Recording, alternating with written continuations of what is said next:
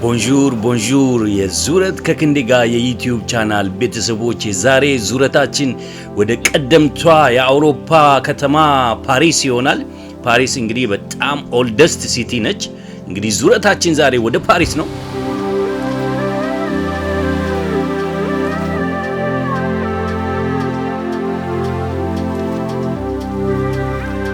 ከለንደን ፓሪስ ምቹና ቀላሉ ትራንስፖርት ትሬን ነው። ትሬን 2 ሰዓት ከ30 ደቂቃ ነው የሚፈጀው።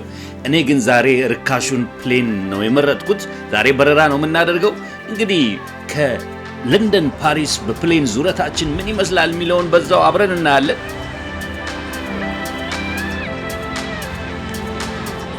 ውድ ቤተሰቦች እንደምን አላችሁ? ወዳጆቼ፣ ልቦቼ፣ አሁን ጋትዊክ ኤርፖርት ደርሻለሁ። እንደምታዩት ፕሌናችን የሚነሳው 8 ላይ ነው። እንግዲህ ገብተን ቦርዲንግ ማድረግ አለብን። ከኔ ጋር አብራችሁ ፓሪስ ጓዳዋን፣ ጣዕሟን፣ ፋሽኗን፣ ውበቷን፣ አርኪቴክቸሯን፣ ስነ ህንፃዋን፣ ኪነ ጥበቧን ፓሪስ ደርሰን ስለ ውበት፣ ስለ ፋሽን፣ ስለ ጥበብ፣ ስለ ሮማንቲክ ከተማ ነች ይባላል ፓሪስ። እንግዲህ ፓሪስን ለማየት በጣም ከልጅነት ጀምሮ የምንጓጓለት ነገር ነበር። ከዛም በመቀጠል ደግሞ ሳውዝ ፍራንስ ውስጥ የምትገኘው ሞንፔሌ ከተማ አብረን እንጓዛለን። ቤተሰብ እንሁን፣ አብረን እንዞራለን። የት እንድንሄድላችሁ ትፈልጋላችሁ? በሚቀጥለው ቪዲዮ የት አገር እንድንሄድላችሁ ትፈልጋላችሁ? ምን እንዳሳያችሁ ትፈልጋላችሁ? የሚቀጥለው ዙረታችን በእናንተ ድምፅ፣ በእናንተ ጥያቄ ይሆናል ማለት ነው። የአበሻ ልጆች አብረን እንዞራለን። ዙረት ከክንዴጋ፣ ዙረት ከአበሻ ልጅ ጋር የትራቭል ብሎግ ነው።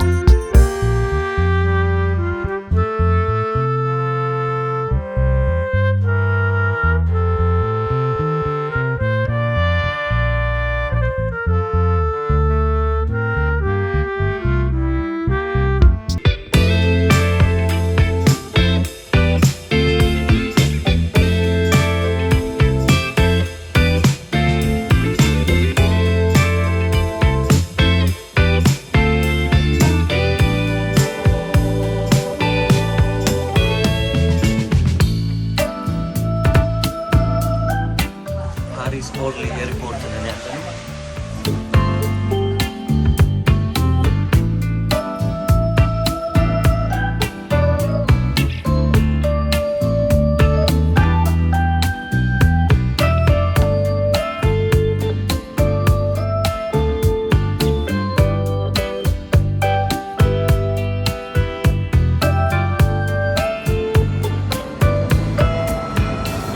ታክሲ ከመያዝ ይልቅ ትራም ለመያዝ ወስነን እዚህ መተናል። ቲ7 ይባላል ስቶፑ። ወደ ሆቴላችን ለመሄድ ትራም ከዚህ ነው የምንይዘው።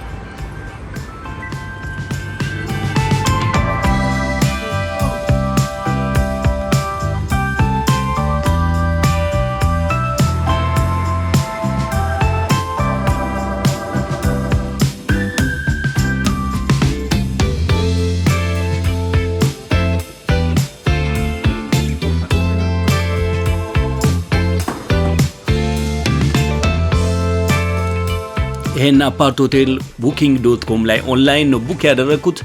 እንግዲህ በፎቶ ሳየው በጣም ደስ ይል ነበር፣ ግን በአካል ተገኝቼ ሳየው የጠበቅኩትን ያህል ሆኖ አላገኘሁትም። እንግዲህ ዙረት ስታደርጉ ከሚያጋጥማችሁ አንዱ ነገር ይሄ ነው።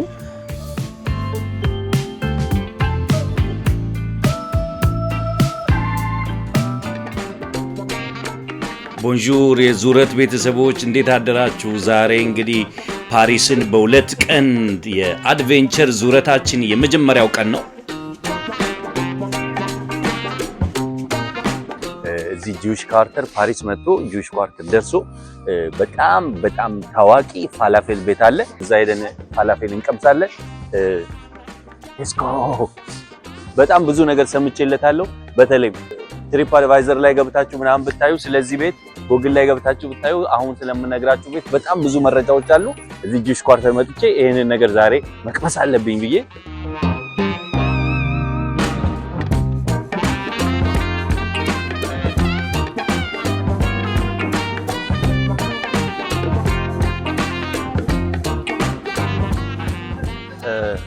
ይሄ በጣም የሚያምረው የፓሪስ ከተማ ክፍል ነው። እንደነገርኳችሁ ጁሽ ኳርተር ይባላል። ሉክ በጣም ቢዩቲፉል ነው። ጁሽ ኳርተር የተባለው ከፍተኛ የሆነ የጂው ማህበረሰብ እዚህ አካባቢ ሱቆችና ሬስቶራንቶች፣ ምግብ ቤቶች በብዛት ያሉበት ሰፈር ስለሆነ ነው።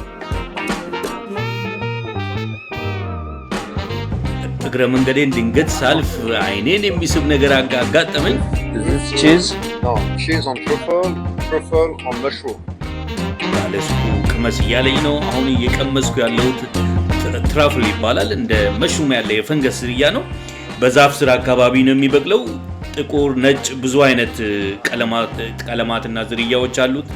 ከፍተኛ አንቲኦክሲዳንት ንጥረ ነገር ያለው ፈንገስ ነው። አሁን በጣም ተወዳጅ ነው። በተለያዩ ምግቦች ውስጥ እየተቀየጠ ይሰራል። ዋጋው ደግሞ የሚቀመስ እንዳይመስላችሁ 1 ኪሎ ግራም 3500፣ ውዱ ርካሹ ደግሞ 600 ዩሮ ነው የሚሸጠው። በጣም ዛሬ በነፃ ድንገት አግኝቼ መቅመሴ ደስ ብሎኛል።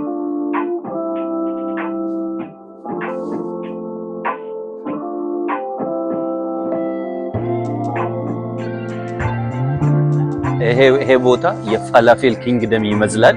ኤቭሪዌር ፋላፌል ሾፖች ናቸው አሉ። ይገርማል በጣም።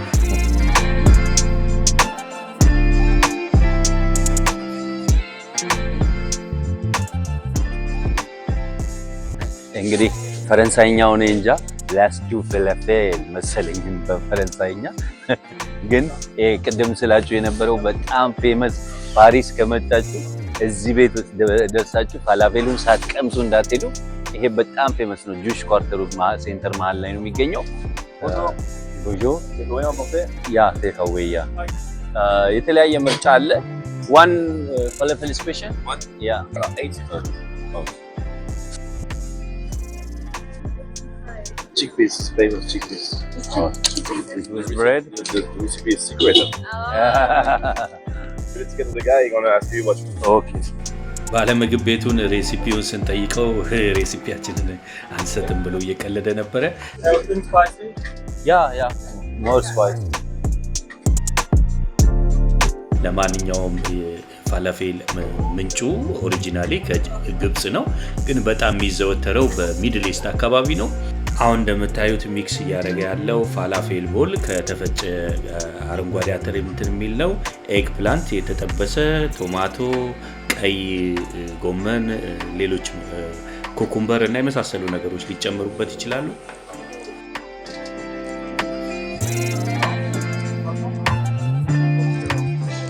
Look this beauty በጣም አይገርምም?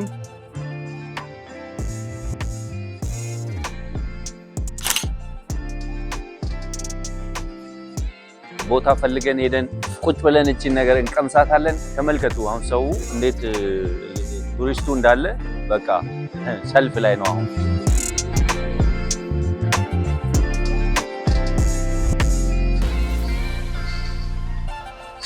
አሁን የሆነች ፓርክ ነገር አግኝተን ቁጭ ብለን ልንቀምሳት ነው። እስቲ ቀምሰን እንየው። ነጭ ሽንኩርቱ ሽታ፣ የስፓይሱ የቅመሙ ሆት ነው። እዚህ ጋር ታያችሁ ቺሊ ነገር እና አሁን አፌ ውስጥ ራሱ ምራቆ እየሞላ ነው። This is the falafel. Yeah.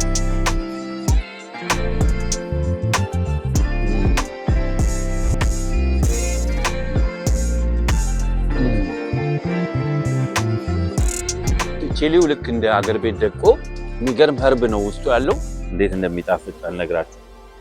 ውስጡ የተለያዩ ይሄ ኤግ ፕላንት ነው። Let's taste this one. This thing is amazing. I'm happy እዚህ መጥቼ ዛሬ ይሄን ነገር በመቅመስ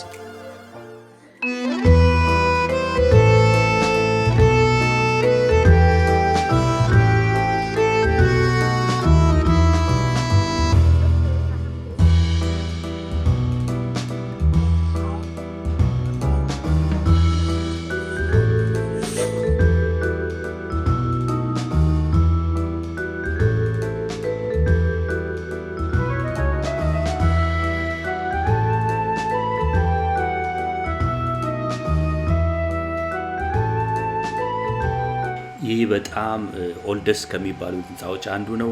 ከ1357 ጀምሮ የፓሪስ ሲቲ ሆል ነው የመዘጋጃ ቤት ሆኖ እያገለገለ ነው አሁን ድረስ።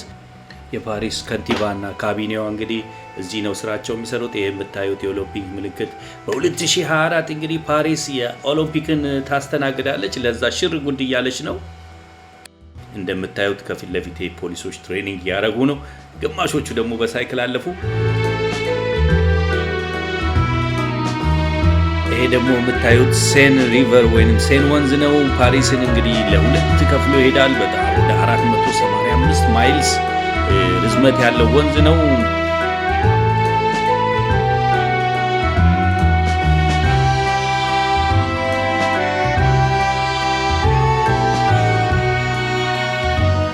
ይሄ የምትመለከቱት የኖተርዳም ካቴድራል ካቶሊክ ቤተክርስቲያን ነው። በ12ኛው ክፍለ ዘመን በሉዊ 7ኛ ትእዛዝ ነው የተገነባው። ይህ እንግዲህ በዘመኑ የፈረንሳይን ታላቅነት እንዲያንጸባርቅ የጎቲክ አርኪቴክቸርን የልህቀት ደረጃ የሚያሳይ ቤተክርስቲያን ነው። ብዙ ታሪካዊነቶችን አስተናግዷል። ናፖሊዮን ቦናፖርት እዚህ ቤተክርስቲያን ነው የንግስና ስርዓቱን ያከናወነው። በፈረንሳይ አብዮት ጊዜ ደግሞ መጋዘን እስከመሆን ደርሶ ነበር። በኋላ እንደዚሁ ሊያፈርሱት ብለው በቪክቶር ሁጎ ልቦለድ የተነሳ ነው እንዳይፈርስ የተደረገው። ሌላው ለየት የሚያደርገው የፓሪስ ርቀት መለኪያ ፖይንት 0 መነሻ እምብርቱ እዚህ ጋር ነው ማለት ነው። ቤተክርስቲያኑ ፊት ለፊት ነው የሚገኘው። ይህ 850 ዓመት ዕድሜ ኪነ ህንፃ ሚያዝያ 15 2019 በጣም የሚያሳዝን እሳት አደጋ ደረሰበት። በዚህ እሳት አደጋ ብዙ የቤተክርስቲያኑ ክፍሎች ከፍተኛ ጉዳት ደረሰባቸው። አደጋው በደረሰ ምሽት የፈረንሳዩ ፕሬዝዳንት ኢማኑኤል ማክሮን በቦታው ተገኝተው ኖተርዳም ቤተክርስቲያን የታሪካችን፣ የስነ ጽሁፋችን፣ የፈረንሳዊ ማንነት መገለጫችን ነው።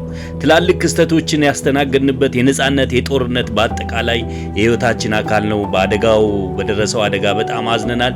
ቢሆንም ግን ተባብረን መልሰን እንገነባዋለን ብለው ልብ የሚነካ ንግግር ካደረጉ በኋላ በዓለም አቀፍ ደረጃ በአንድ ጀንበር 880 ሚሊዮን ዩሮ በአንዴ ተሰበሰበ እና ዛሬ እንግዲህ ቤተክርስቲያኑ እንደነበረ ተደርጎ በመልሶ ግንባታ ላይ ይገኛል።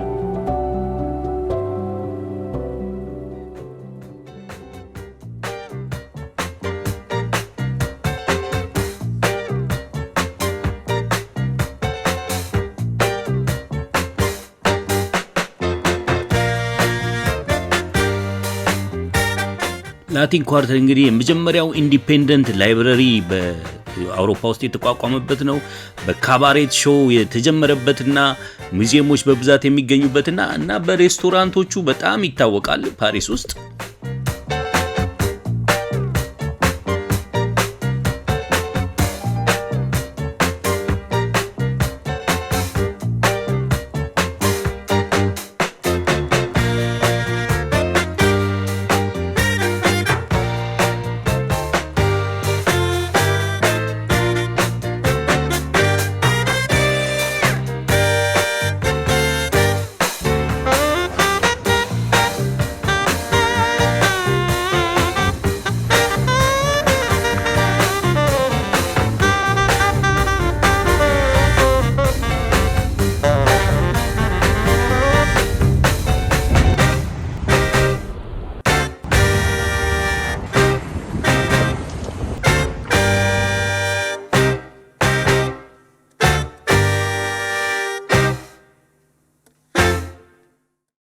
አሁን እንግዲህ ሴንትራል ፓሪስ ነው የምንገኘው።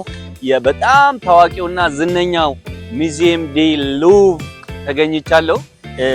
ይሄ እንግዲህ ሙዚየም ዲ ሉቭ ወይንም ሉቭ ሙዚየም በጣም የሞናሊዛን ጨምሮ ትላልቅ ሰዓሊያን በዓለም አቀፍ እውቅና ያላቸው ሰዓሊያን ስራዎች የተሰበሰቡበት ሙዚየም ነው። እንግዲህ አሁን ወደ ሉቭ ሙዚየም ግንገባና በጣም ታዋቂ የሆኑ የስነ ስዕል ስራዎችን አብረን እናያለን። ተከተሉኝ።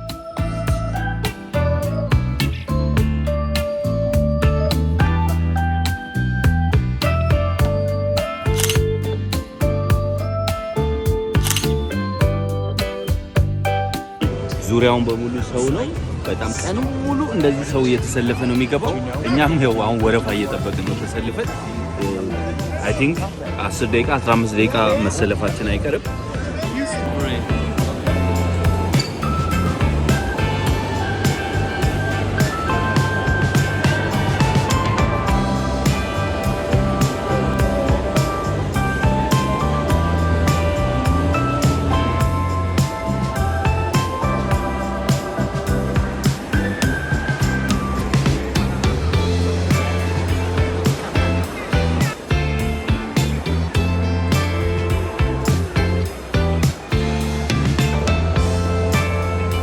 ተመልከቱ።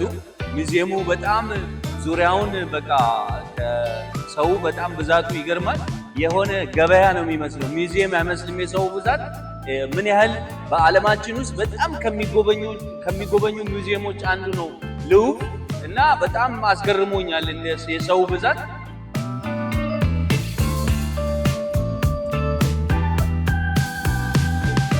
እንግዲህ ሙዚየሙ በጣም ትልቅ ነው። 3-4 ፎቅ ነው እና ዝም ብሎ ለመዞር አስቸጋሪ ነው። ስለዚህ ከኢንፎርሜሽን ዴስክ ማፕ እንወስዳለን።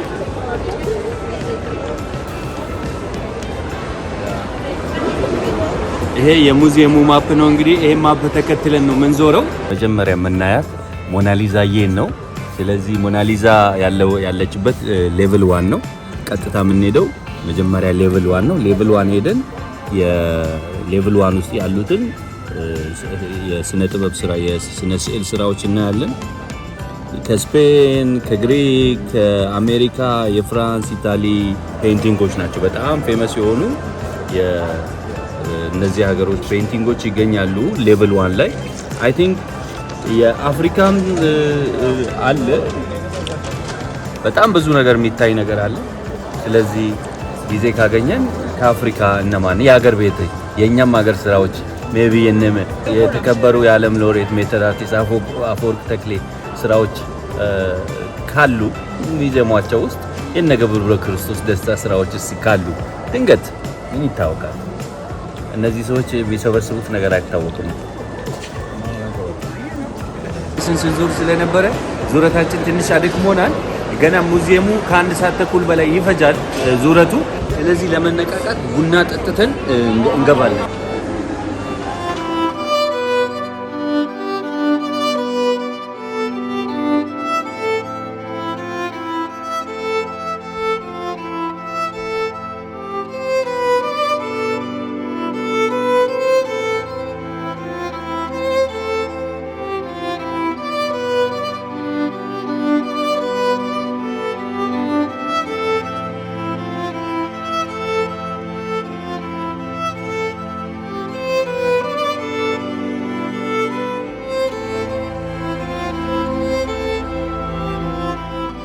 ይሄ ሙዚየም እንግዲህ ለመጀመሪያ ጊዜ በ1793 ዓመተ ምህረት እንደ አውሮፓውያን አቆጣጠር ነው እንግዲህ ስራ የጀመረው። ዛሬ የሚገኘው ሉቭ ሙዚየም ወደ 60600 ሄክታር ላይ ያረፈ ነው። እንግዲህ በጊዜ ውስጥ መጀመሪያ ሲጀምር 537 የሚደርሱ የስነ ጥበብ ስራዎችን ነበር የያዘው። ዛሬ ግን 480,000 የሚደርሱ የስነ ጥበብ ስራዎች በ10 ዲፓርትመንት ተከፋፍለው እንግዲህ በዚህ ሙዚየም ውስጥ ይገኛሉ።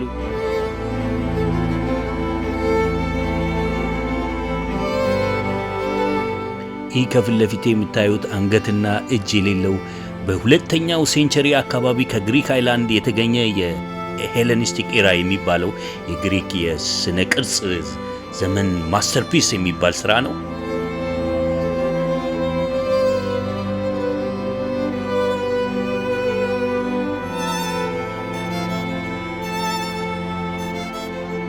አሁን እየገባው ያለሁት ሃይማኖታዊ ይዘት ያላቸው የስነ ጥበብ ስራዎች የሚገኙበት ክፍል ነው። እዚህ ጋር እንግዲህ አብዛኞቹ የመጽሐፍ ቅዱስ ይዘት ያላቸው የስነ ቅብ ውጤቶች ይታዩኛል። አብዛኞቹ ሃይማኖት ነክ ስራዎች ናቸው እዚህ ክፍል ውስጥ የተሰበሰቡት።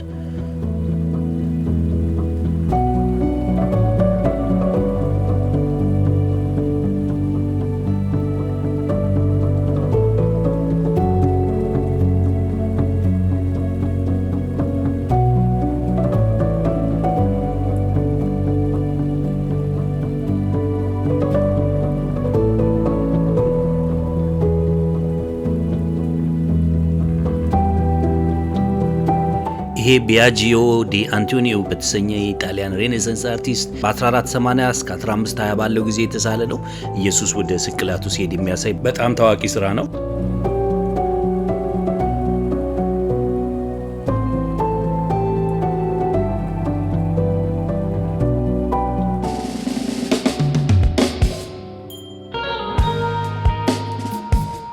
ተመልከቱ። አሁን ይሄ ምን እንትኑን ራሱ የግድግዳውን በሙሉ ሞልቶታል። በጣም አስደናቂ ፔይንቲንግ ነው። ጊዜ ኖሮን እያንዳንዱን በዲቴል ብናያቸው እንዴት ደስ ባለኝ ነበረ።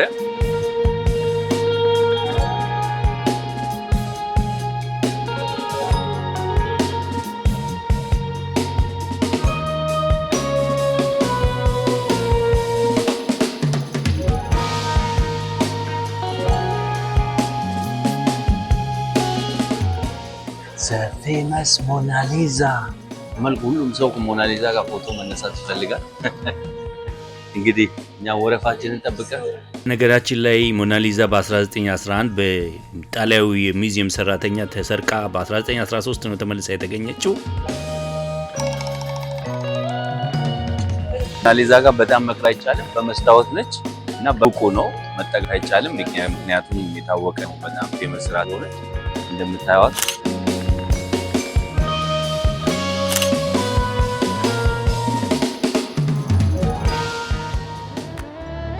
አሁን እንግዲህ ውጡ እየተባልን ነው። ሰዓት ሞልቷል።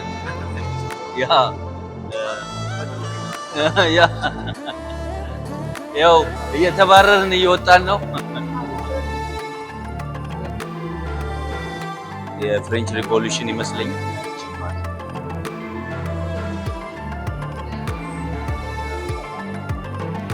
ያው እንግዲህ ከኋላ እየተከተሉ በቃ ከዚህ በኋላ እያሉ ነው። ምክንያቱም ብዙ ሰው ነው ሙዚየም ውስጥ ያለው። ኦቫ ሜርሲ።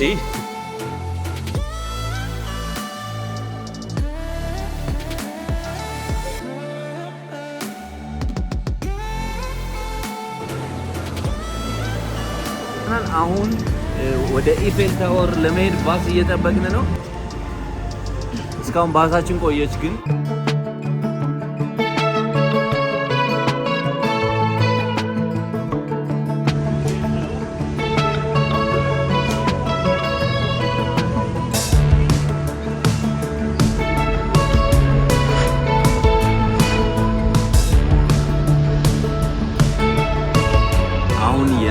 ሪቨር ክሩዝ በሲኤኔ ሪቨር ላይ ፓሪስን በማታ ለ1 ሰዓት ልንዞር ነው።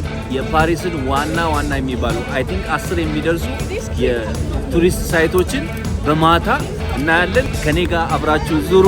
ዙረት ከከንዴ ጋር። ይሄን ቪዲዮ ከወደዳችሁት ላይክ፣ ሰብስክራይብ፣ ኮሜንት፣ ሼር በማድረግ ለወዳጆቻችሁ አድርሱ። ዙረታችን የመጨረሻው ሰዓት ላይ ደርሷል።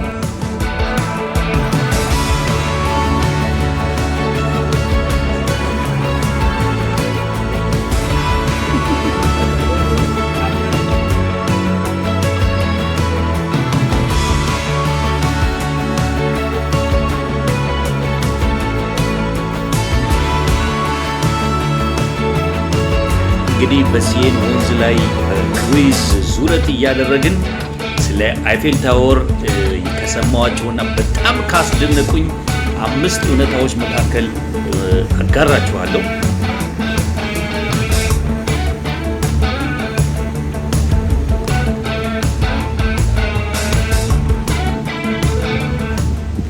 እንግዲህ የሪቨር ክሩዝ ጉዟችን ተጀምሯል። አሁን ዛሬ ቀኑ ሙሉ ስንዞር ስለነበረ ድክም ብሎን ቁጭ ብለናል። አሁን የመጀመሪያውን ብሪጅ እያለፍን ነው።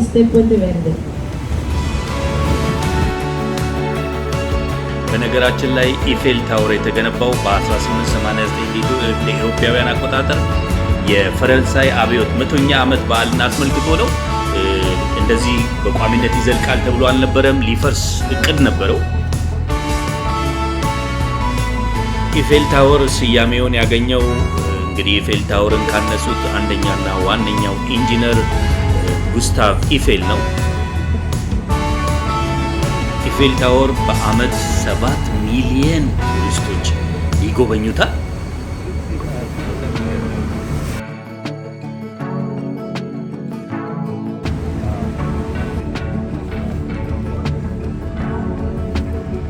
ሌላው ስለ ኢፌል ታወር ያለኝ አስደናቂ መረጃ በየአመቱ በክረምትና በበጋ 15 ሳንቲሜትር ይጨምራል፣ 15 ሳንቲሜትር ይቀንሳል ከተሰራበት ብረት የተነሳ።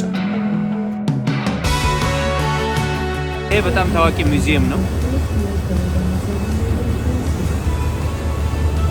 ሉዊስ vuitton የፋሽን አይከኑ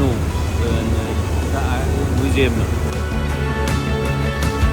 ሌላው በጣም ያስገረመኝ መረጃ ኢፌል ታወር ወደ 20,000 የሚደርሱ አምፖሎች ተገጥሞለታል እና በሚገርም ሁኔታ የማታ የብርሃን ትዕይንት የሚያሳየው በእነዚህ በተገጠሙ 20,000 በሚደርሱ አምፖሎች ነው እና በየጊዜው ደግሞ የተለያየ ቀለሞች ይቀባል።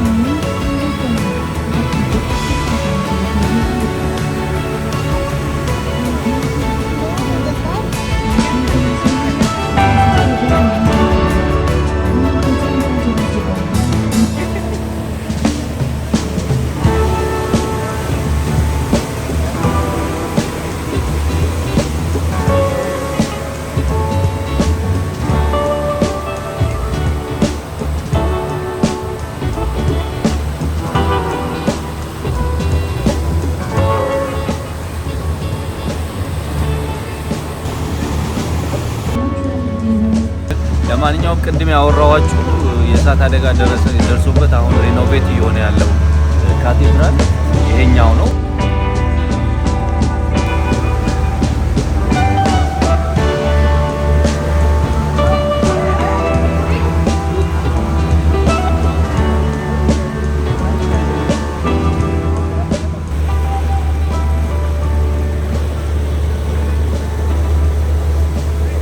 እስቲልናው ዝናብ እየዘነበ ነው። ግን ያው ዝናቡን ቢዘንብ ይደብድበን እንጂ በጣም ደስ ስላለን በጣም ያስተዋልኩት ከተነሳንበት እስከዚህ ድረስ በጣም ከ10 በላይ ብሪጆች አልፈናል። እስካሁን 10 12 ይሆናሉ እስካሁን ያየናቸው። በጣም ብዙ ብሪጅ አለ።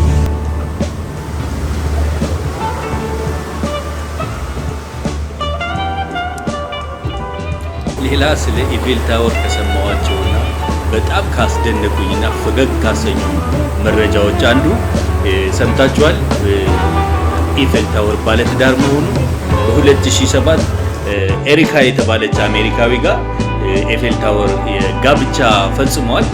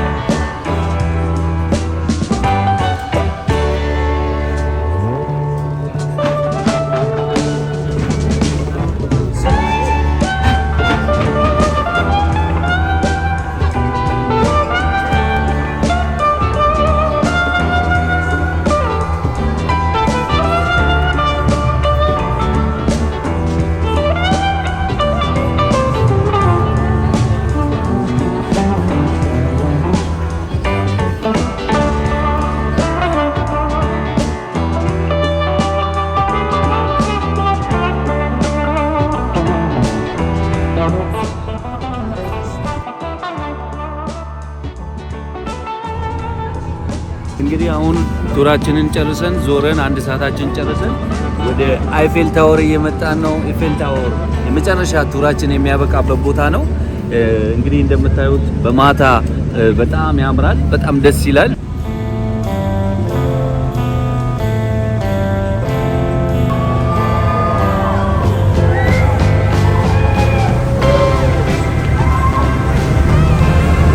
ሰው የደስታ ልክ አይፌል ታወር ጋር ሲደርስ ያው ሰው እጁን ያወዛወዛል፣ ድምፅ ያሰማል፣ ደስ ያለው ድምፅ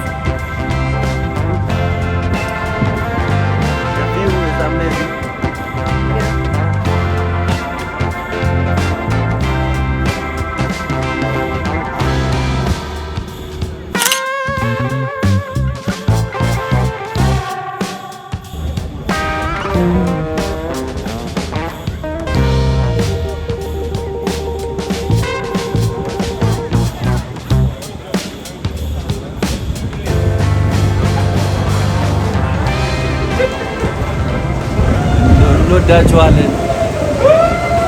የዛሬ ዙረታችንን እዚህ ላይ ጨርሰናል። በጣም ነው የምወዳችሁ። እንግዲህ በሚቀጥለው ቪዲዮ እስከምንገናኝ ድረስ ባይ ባይ። የሀገር ልጆች ወዳችኋለሁ።